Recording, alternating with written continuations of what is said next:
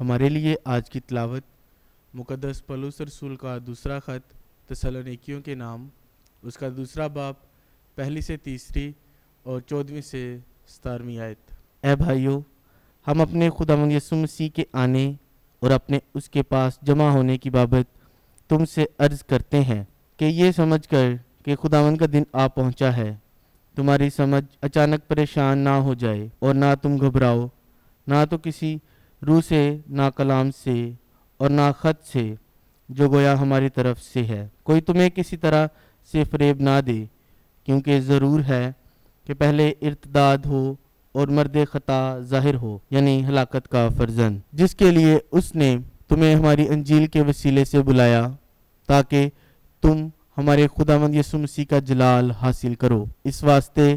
اے بھائیو، ثابت قدم رہو اور ان روایتوں کو تھامے رہو جن کی تم نے ہماری تقریر یا تحریر کے ذریعے سے تعلیم پائی ہے۔ اب